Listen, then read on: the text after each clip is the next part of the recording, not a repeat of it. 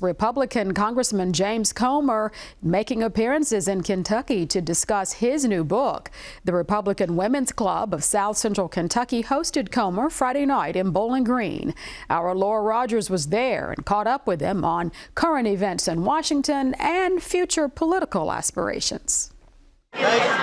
They said they could get a crowd, and they were telling the truth. U.S. Representative James Comer, who represents Kentucky's 1st Congressional District, speaking at the Bowling Green Country Club Friday night. I grew up an hour south of here in Monroe County. I went to college here in Bowling Green. I knew he was going to be someone special. Tina Steen taught Comer in kindergarten more than 45 years ago at Tompkinsville Elementary School. I'm so proud of him.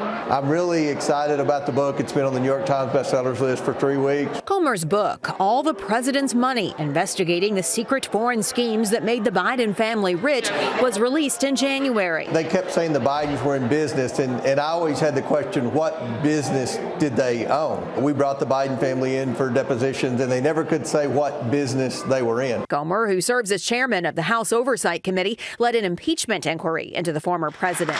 He says he doesn't feel mainstream media accurately reported the information he presented to them on the investigation. What I would do in the book is I would report what we found. I would report about the press conference or whatever that I would have, and then I would put in the book what the media would actually report, which was often very different than what I would announce at the press conference. Comer says some of the most convincing evidence came at the end of President Biden's term. He pardoned his entire family preemptively for an 11-year period. The 11-year period just so happened to be the 11 years that I subpoenaed bank records.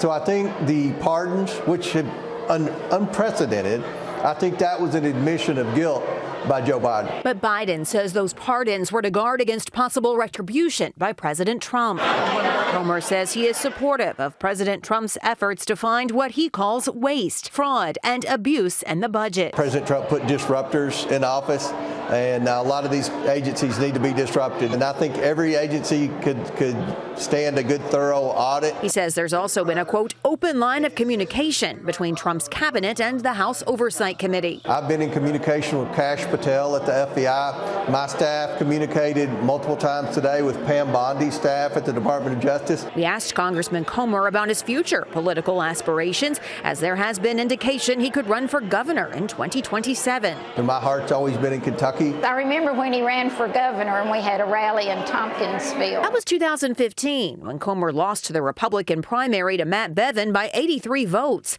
And while he says he hasn't made an official decision, the interest is still there. I'm actually traveling around Kentucky meeting with people. I'm not tweeting pictures out or anything like that. I'm having good, substantive, informative meetings with business leaders, local elected officials, party leaders, and just getting their input as to whether or not I should do this. And I can say that there's a lot of support out there for my candidacy when the time comes, but right now it's a little early to make a decision. Comer's current term in the House ends in 2026. For Kentucky Edition, I'm Laura Rogers.